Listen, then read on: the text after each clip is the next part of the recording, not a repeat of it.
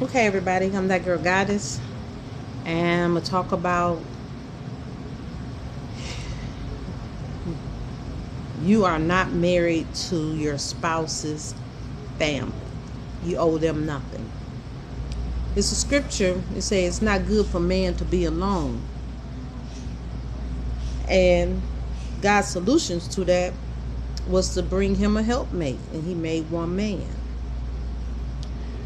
and He gave them through holy matrimony the right to be intimate and bear children and gave established a covenant, a holy covenant.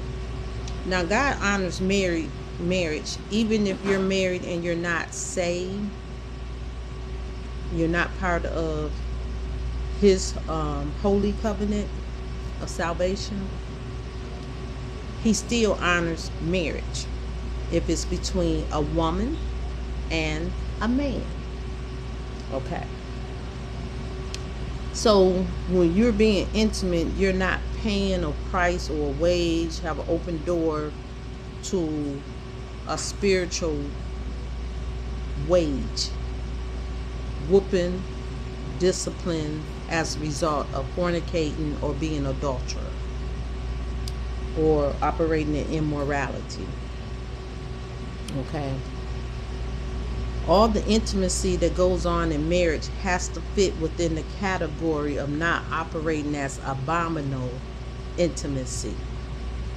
That means no animal bestiality, no adulterous, no incest, no with minors.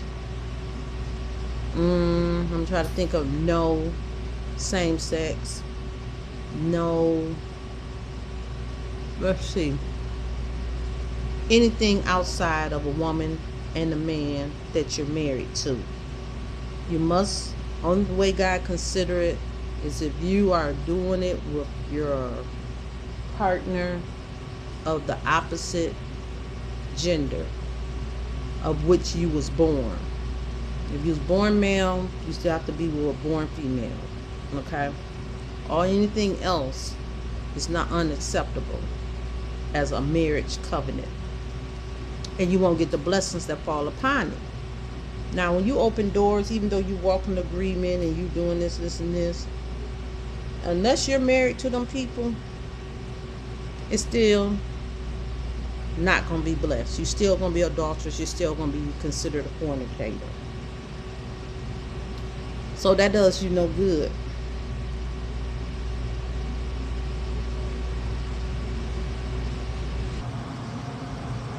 Okay, I'm back. Now, as I'm going back to talking about the marriage covenant, once you get married, you legally become part of your spouse's family.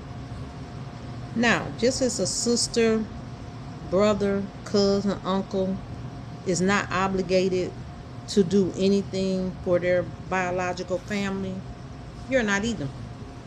Just because you get married and they say they need help on their rent mean you have to take them in and do their rent. No, you are not married to them. That means when it comes to your spouse, yes, you forsaken all for them, but not their mama.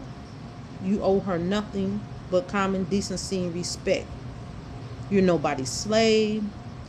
You owe them nothing. And that don't mean that you don't care about them. But when God designed marriage, He designed you to do all those extra things for your spouse, not for common relatives and because then you will become a slave. People will never end what they want somebody to do for them. A taker will always be there to take. It has no boundaries. Okay? You are supposed to be sowing into your spouse as well as them into you. When you go to testify, you go to court, trust me, whether you're married into their family or not, you will be, if you've seen something, they will subpoena you to court to be a witness. you have to under oath to tell the truth. But if your spouse do something, you're not obligated to testify against them. That's the difference. And that's what I'm talking about. When it says forsaking all others, you two supposed to be a team. You're considered one. You there for each other's behalf. And when God bring down blessings and when he get to judging you, he's going to judge you how you treat your spouse. That's why the word of God says if a husband mistreats his wife, his prayers are hindered. God is slow to answering his prayers. Sometimes a lot of men wonder know why, and it seems like God is not hearing them. And if you're married, check how you treat your spouse. Okay? Check how you treat your spouse. Because God said your prayers are hindered. And a lot of times he's not going to answer. Okay? Where people get it wrong is a lot of times, you know, you can marry somebody, especially if they got money. You assume automatically that they should pay off your sisters and brothers' education, loans. They go to jail, you're supposed to give their bail money. They look for you just because your parents asked for something. I made it big. I got married to this wealthy man. I'm finna pay off your house. Or woman. That's not your spouse's responsibility. And that's how a lot of people fail, marriages fail. Because just because someone has money don't mean they have to give your family and take care of your family. People, when they marry you, they see you got money, they just feel like, oh, I'm a little child and I can just do whatever. But that's not how marriage works. When you're in marriage, you're supposed to be edifying your spouse, which means to build them up. You're supposed to be help establishing them. Okay? No matter what state they come to you in. Okay? You're not supposed to be rescuing their brother because their brother's on drug and didn't pay his rent, and now you got to come up with a rent or let them move in. You're not supposed to bring in people in your marriage. That means he homeless, then he need to figure it out. You're not supposed to bring in relatives into your home while you're married. Okay? Now, your children becomes his children too, and his children becomes yours. And if you had them before marriage, yes, you have to co-parent with the biological parent as well. But in that marriage, your responsibility is together for the well-being of the children. Okay? The problem is a lot of people, you know, like a lot of women, they have babies by men. For some reason, they feel like the man's supposed to be taking care of their rent. Remember, when you have children, child support is for the help with the maintenance of the child. It's supposed to be split 50-50. If he can't afford private school, you can't send your child to private school and say, well, you got to pay their tuition. No, that's your decision. They don't have to pay your tuition. A lot of these judges like to get up there and say, try to hit your wallet, come after you with a vengeance. And a lot of it's due to personal problems they seen in their family or what happened to them. You're not obligated to send that child to private school. It's okay if they go to public school. If you financially can't afford it, I remember a time when men would be sleeping in their cars in their mama's basement because they made a child. And their child support was so high. And they had a baby by Pookie and Ray Ray, or this man, he was barely making $3 over minimum wage. And they be expecting him to pay buku's amount of money. And the child maintenance is, I tell a person, once you buy the child's school clothes for the beginning of the year, and let's say 5 uniform pants, and they about $12, and 5 uniform shirts, okay, you probably spend a total of $125 for their school stuff. Okay, you get a pack of socks, which is $10 for 5 pair, and you can get some underwear. You're gonna pay about $150 total. Okay, you get a little more if you get their gym shoes, or they school require black brogues or black shoes. Okay, but out of that $150, the mother of the child's supposed to pay $75. See, that's what y'all don't get. Y'all responsible for half. And I used to tell different young men, well, your children are gonna need baby powder, baby lotion. I tell them, go to the dollar store, get 2 big large containers of baby soap. I said they got the soap with the 3 in the pack. I said get 4 packs. I said, because you get 4 packs, that's 12 bars. You didn't bought a bar of soap for every month of the year. Get 2 big lotions, 2 big baby powders. Okay.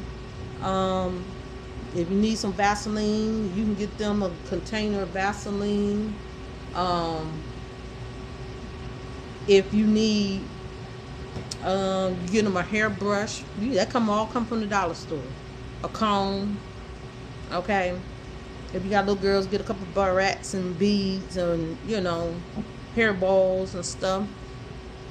And I tell them, get some shampoo. I say get about 4 large things of shampoo with the conditioner in it. And I say, I'm not trying to tell people to be cheap. You're going to get some toothpaste. And I tell them, go get 6 things of toothpaste, 6 things of mouthwash. Okay? And bring it up for the child. They got an older daughter. I turn around and tell them, I said, well, you're going to need sanitary napkins. I said, every month, I said, you're at the dollar store, buy 12 packs. They may need more. But you do realize the mother's responsible for half. Now, after you buy the school clothes, and you can do this like a month in August, save up all year round, put that money there, do that. Then go get them 5 regular outfits. And a thermal set, like 2. Pack a pack of pajamas, 2. And you want to know what? That may cost you like $200. Get some winter boots, scarf, hat, gloves. Okay. And if you did all of that, just say $500 a year for the children's clothes. Okay. And then in the summertime, get them 5 short sets. And 2 extra t-shirts that, shirts that can match the shorts and everything. And some sandals. You have done what you're supposed to do as in for the child. Their birthday, okay. Give them $50 to $100. Christmas too. Okay. Make sure, and I always tell men, make sure your child has a bed. I don't care if you have to go buy a bunk bed set. She got other children, a bunk bed set with 3. Okay. That way your child has somewhere to sleep. Go get some sheet sets. Probably 4. They're about $15. That's $60. You can go to a secondhand store too. Go get a comforter from the secondhand store. And I tell them, buy 2. Buy them a sleeping bag. And you say, why buy a sleeping bag? Because if something, an emergency situation happened and they in cold temperatures, a sleeping bag can help keep them safe. If they got sisters and brothers, they may have to open it up. And if you went to the secondhand store, you ain't really paid no more than $10 for that sleeping bag. I was like, okay, your child is safe. Okay. You bet that child needs, and actually the mama still is supposed to be responsible for half. I just told you a quick way how to provide for your child. Okay. You're good. And then pay your little child support. What else do they need? I tell fathers, oh yeah, you can for the year.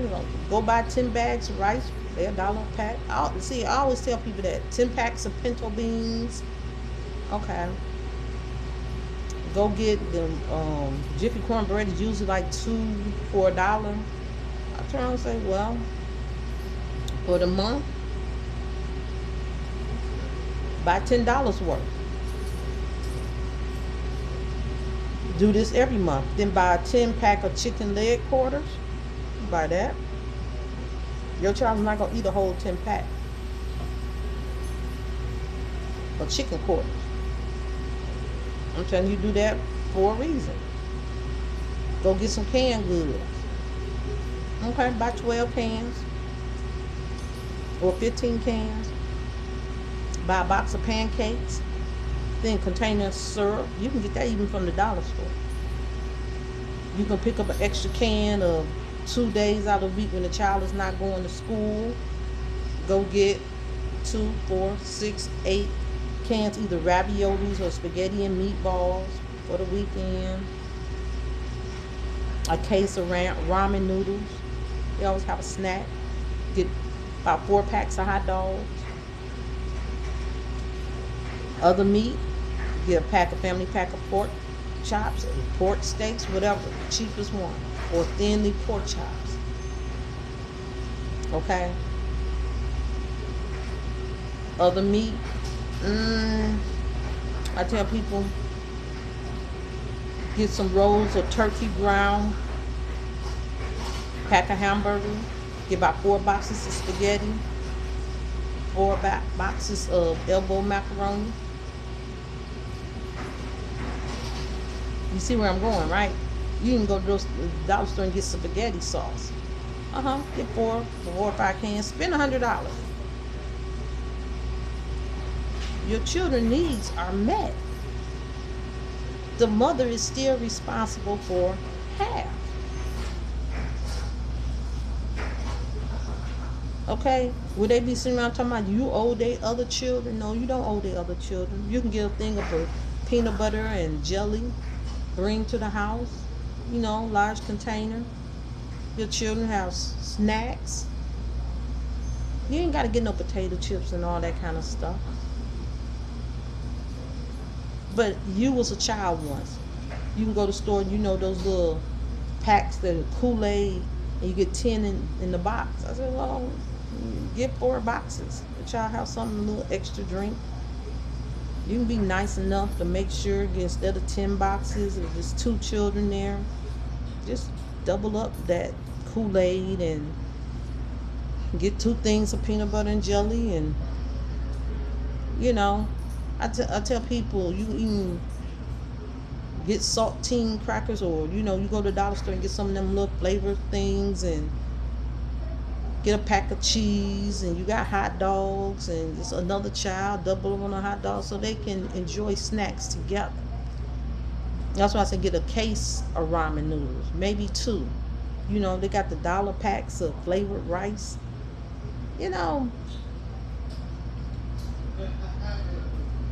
Okay. You can get a couple cabbages. Buy 4. Big bag of potatoes. Okay, you done bought grocery shop for that child. And then they siblings. Okay. You're not responsible for the siblings, but you did that for your child. So when the mama gets talking about your child ain't ate, why? Because I guarantee you, if you go buy 10 packs of rice and you do that every other month, that child got more than enough rice and pinto beans. Okay.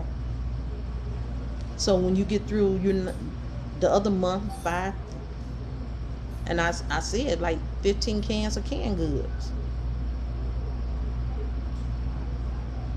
Okay. You can even buy some boxes of cake mix and a carton of eggs and thing of icing. Let the mama make some cupcakes or something. You can get a pack of pizza rolls here and there. Dollar store got bologna and salami. You can send some lunch meat. See, those are inexpensive ways, but healthy ways to care for your child. Hold on. Okay, so now that I done laid down a strategy of how to do for your children, you know. And even when I say $100, see, Christmas time, people try to make Christmas really, really strenuous on your wallet. All you gotta do is use common sense. All that y'all want to do is see something nice for the holiday, just like you want to be blessed. When we make children, we know we have to go beyond the call of duty. Now, a lot of men, I tell them, if you're working, go to the plasma center if you can donate plasma. That's your 1 month is probably your children's school clothes for one child. There's nothing wrong with the mama passing down clothes to her other children, or if you got 2 children, if the other ones can do it. Okay. You don't have to go out here and be a mega star and get name brand this, and this. But for male children especially, I'm going to tell you, well, at least pick up a pair of Nikes, because the foolishness that go on in the hood, they pick on them till they won't go to school. I tell you, even if you got to go to secondhand store, make sure your child has a bath towel, a couple face towels, and you can go to the dollar store and get a 3-pack of towels and a hand towel, you know. Do what's best for your child. Don't get a whole bunch of crazy colors. Just stay with the basic colors, neutral. Make sure your child has a bath towel. Go to the secondhand store, get a bath towel. Get 2. Okay, you're going to spend about $2. Okay, you can use your plasma money. I'm telling you how to do it for your child. You go to plasma center every month, 1 week of a month. That's what you use to buy the groceries for your child. Okay? Try to stock up. Now, I didn't say you can't go to churches and, you know, food banks and pick up something for the child. And yeah, do that. I recommend going to the dollar store. And they have a package of Polish sausages and stuff, and get 2 packs. I mean, it's your child. You want them to eat. You know, if you live in cities where you have apple trees and pear trees, you know, go along the way, pick up some fresh fruit for your child. You know, you got to go this extra mile. I know fruit and stuff is extremely high. That's why I say if you see pear and apple trees, most people don't care if you pick them. Get some, you know.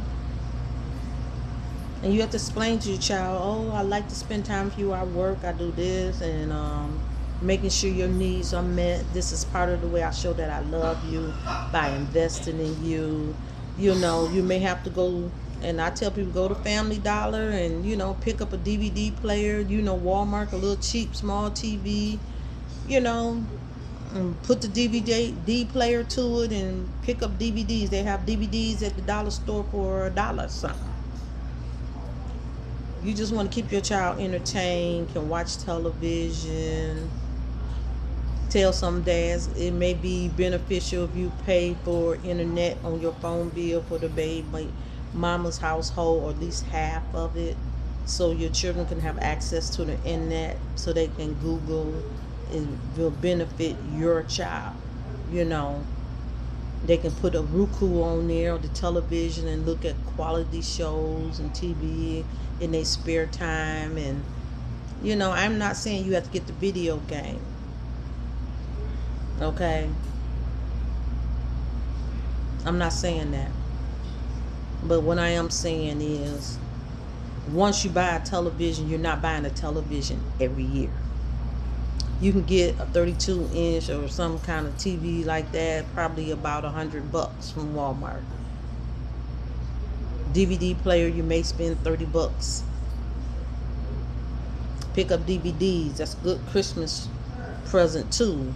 You know, like, oh no, I bought you some little things you can look at.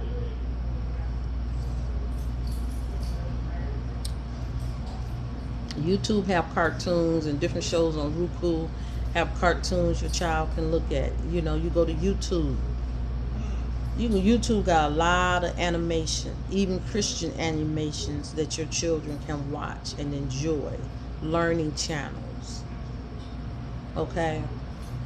You may not be there every day, but, you know, I'm just saying, you know, things like if even they got sisters and brothers and they're not your children, if you had a television, they can watch the cartoons. They enjoy stuff with their siblings. It's their siblings, and that's part of the things we go through when we bring children into the world outside of marriage. Now I'm gonna go back to the marriage covenant. Just because you married and your mom is getting sickly and she has dementia, it is not your job unless your spouse agree to take that person in, even if it's your mom, because everybody can't handle doing medical care.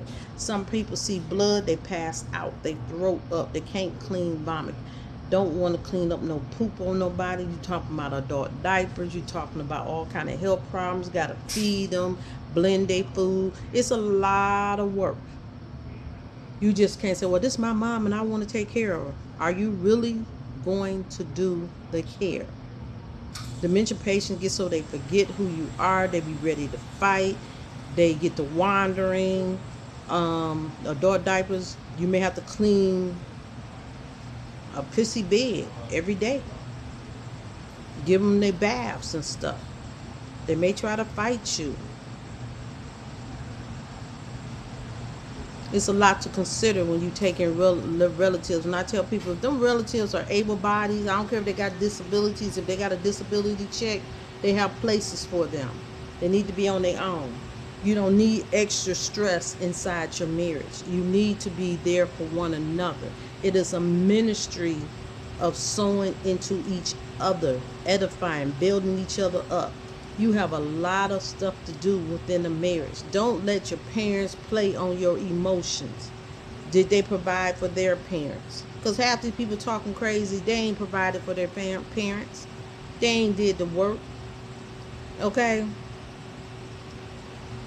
Don't let them work your pockets, because a lot of parents try to become your spouses.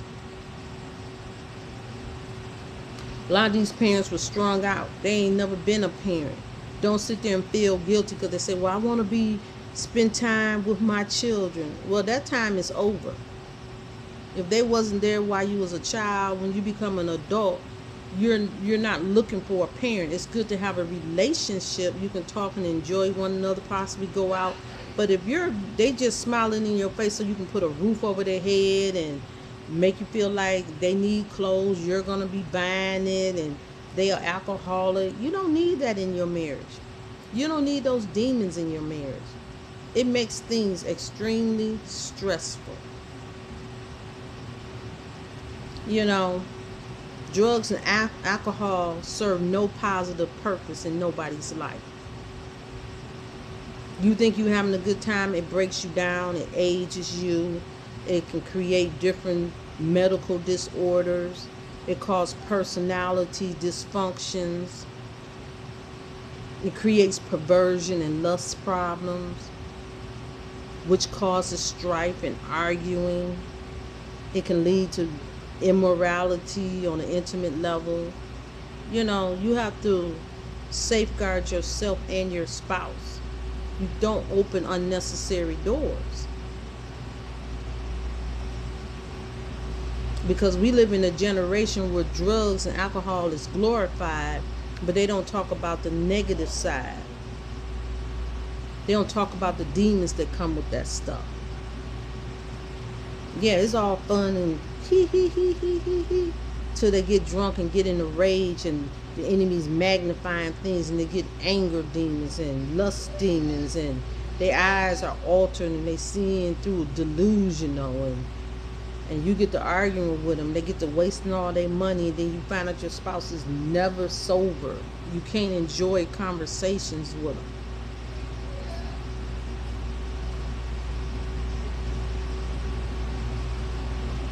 To get to intimacy is bad because they're drunk. Their coordination is off. But I'm going to talk about something else, because yes, that's a problem. I look at a lot of people, you can watch my videos, because if you can't tell them personally, you can put me on YouTube and let me tell them. Don't nobody want to be by nobody drunk 7 days a week. High. That ain't fun. It's just a delusion.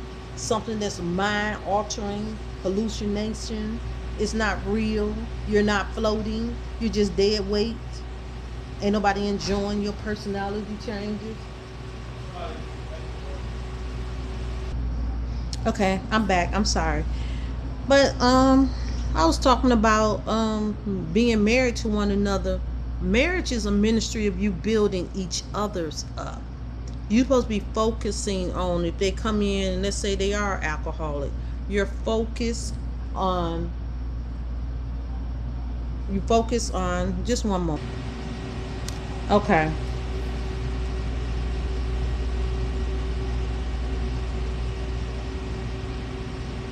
Okay. Got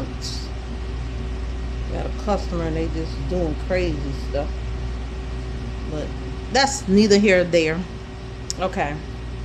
Um, so when you talk about if you with a spouse, and when you talk about a marriage is a ministry, you supposed to dedicate yourself to help getting them to another level, help with their healing, um, areas they're weak. You're supposed to build on them spiritually. You're supposed to be there for one another, to cover each other, protect one another. Financially, it is not one person work. It is both are investing financially. And I always tell people the most foolish thing a woman can do is sit at home and never work.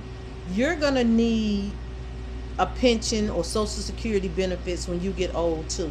Your spouse may not live long. You don't know what's headed, or they may die early. You need some work experience so you can get out here in the workforce and work.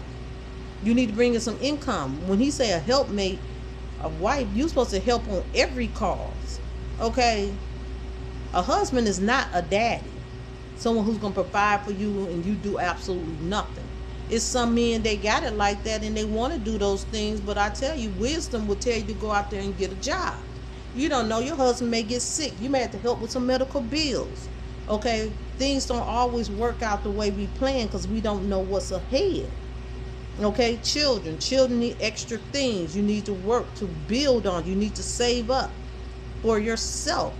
You don't know what may go into play. Your car may break down. Their car may break down. They have layoffs. You need to be able to have money set to the side to meet the cause of your lifestyle.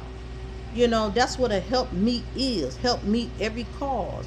If he on alcohol, you need to be fasting and praying that he overcome that alcoholic demon. you know Not standing there arguing about it, going into prayer, building on someone without embarrassing somebody. Marriage is two people building each other up, standing together. One can chase 1,000, two 10,000. You're going to go through spiritual warfare, and you have to be built up for one another. You don't overstretch yourself for other people who want a free ride. That's not what marriage is about.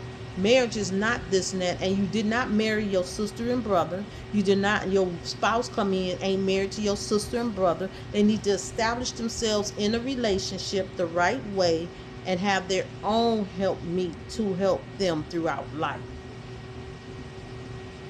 Now, it's one thing if they had a flood and they homeless and you let them stay for a little bit until they can get them a place. That's one thing. But it is another to take on the responsibility of parents, other people's children, sisters, brothers, cousins, uncles. No, that's not how marriage works. Everybody, just because you get married don't mean though your whole life is you got to go take care of grown folks. Grown folks supposed to work and take care of themselves. Okay? That's the problem with society, especially America. Most Americans trying to get something for nothing. You should not be stressed out trying to take care of relatives or putting that stress on your marriage, on your spouse, to take care of able body. I don't care what's going on. If your parents need to go to a nursing home, then that's just where they need to go. They'll be perfectly fine. You go visit, you make sure things is going on well, you talk to them.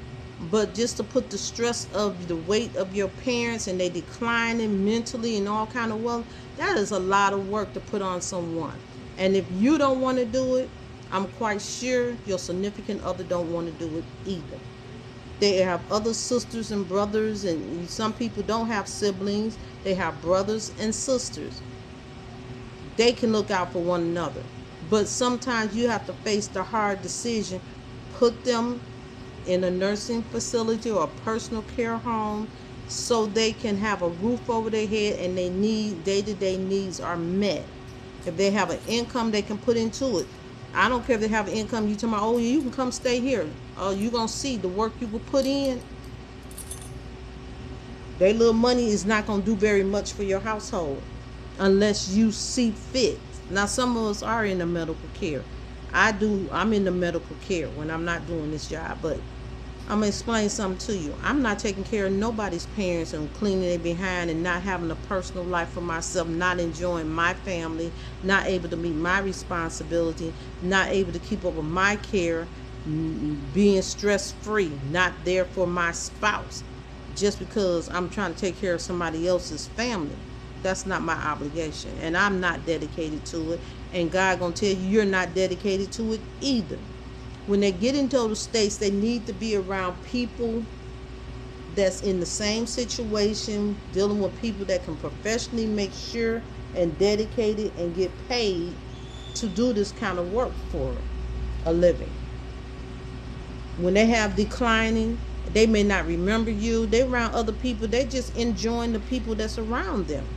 They're perfectly fine. But don't bring the stress of caring for a lot of people in your family on you and your relationship. When you make your money, you need to spend your money and save your money so you can build on your personal dream. You can't save the world. And if God made a way out of no way for them to have, you need to utilize the different facilities and things that's in place for that.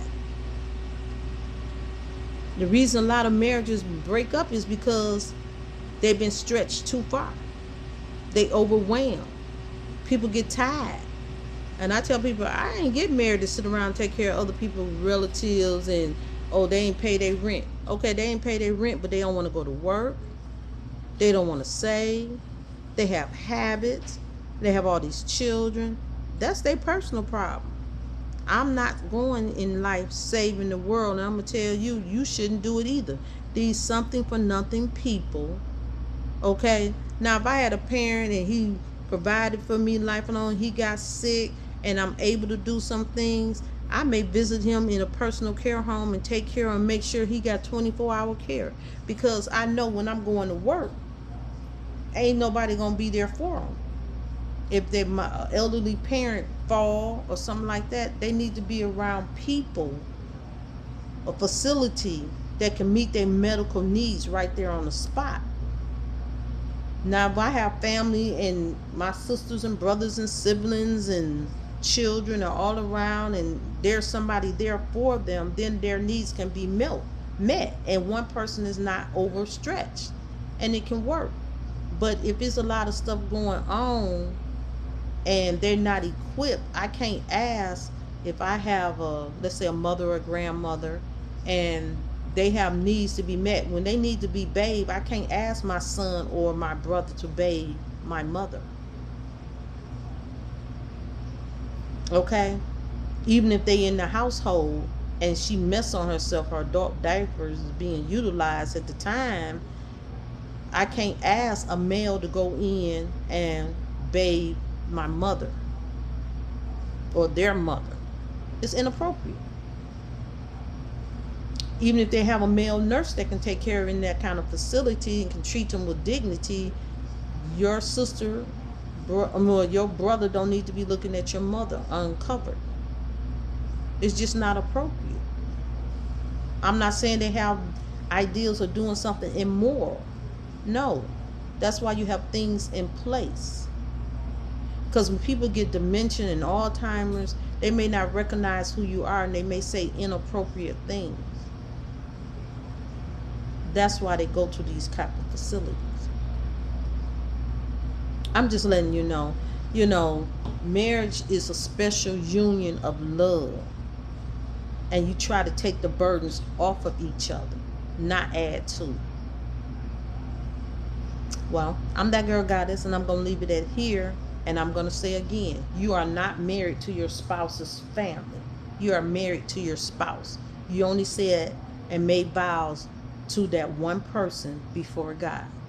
Stop letting people who want something for nothing use you.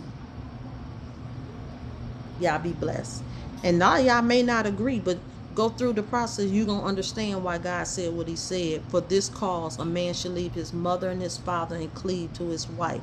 You are supposed to be in submission to your husband. You have a ministry of building each other up, alleviating people's burdens and stress between each other,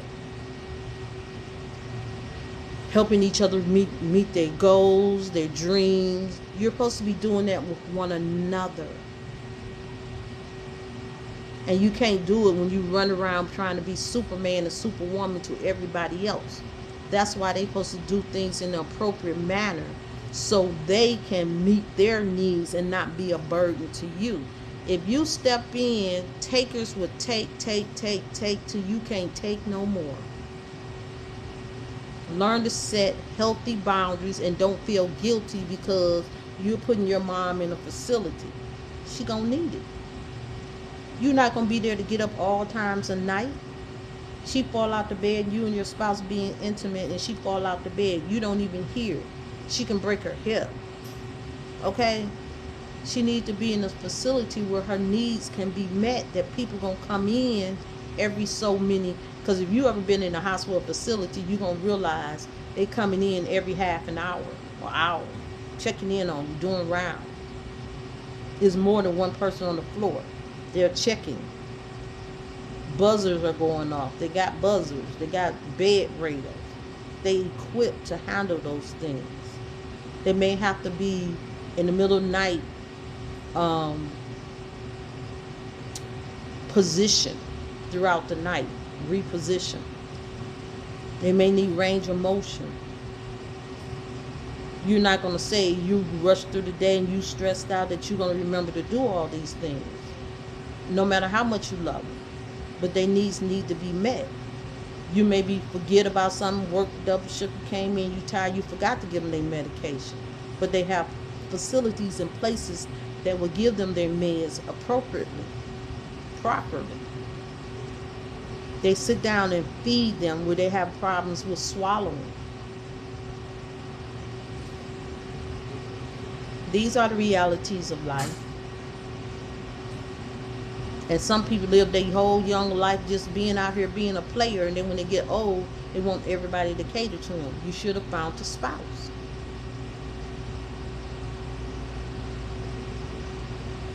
And it's nothing to feel guilty about. You doing the best thing, and they got medical care. If your parents or somebody, your loved one, has a stroke while you're in the house and you don't even know what to do, but if they're at the facility and they see some things, they can handle it instantly because they got nurses on staff. Personal care homes don't, but there's someone there to be mindful, to watch.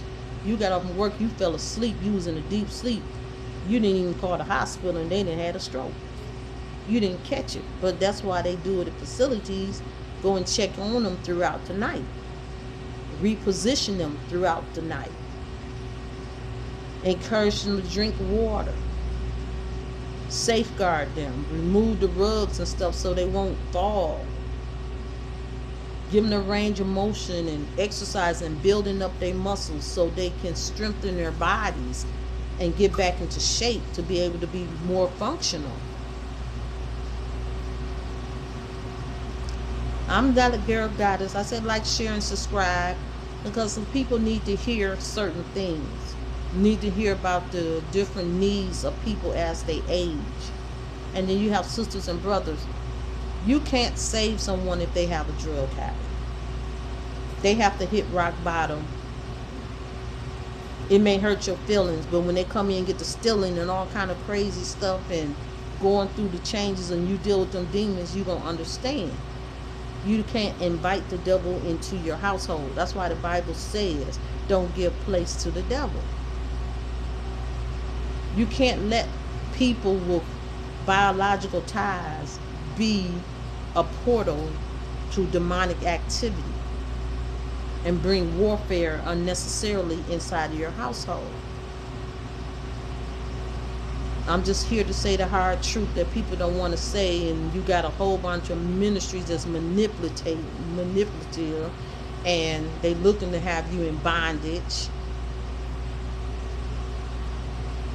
There's nothing wrong with setting healthy boundaries and being realistic about things. You just can't do everything, and you're not in place to do it. When God gives elevation, it is also because you know how to say no to. You know how to set boundaries. You know how to say no, devil. The devil comes in very subtle ways that you don't see it.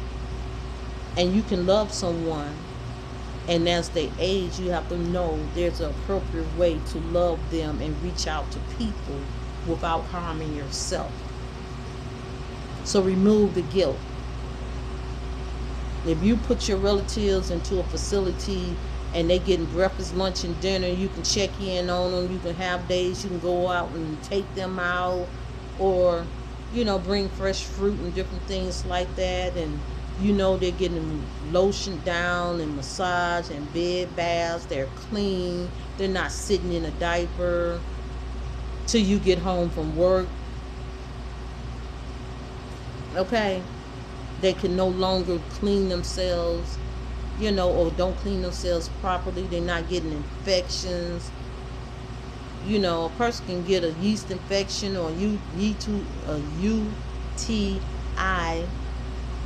and give it 2 weeks. It go unnoticed. They ain't said nothing. And all of a sudden, their brain is affected. Their heart can be affected. Sepsis is running through their system. They need to be places where people are more watchful and they can diagnose them, and the nurse on staff and the doctor on staff, and they may be more prone to tell them. Most mothers are not going to tell their son, oh, I'm itching down there, or I'm burning down there, and this. They're not. Most men are not going to tell you.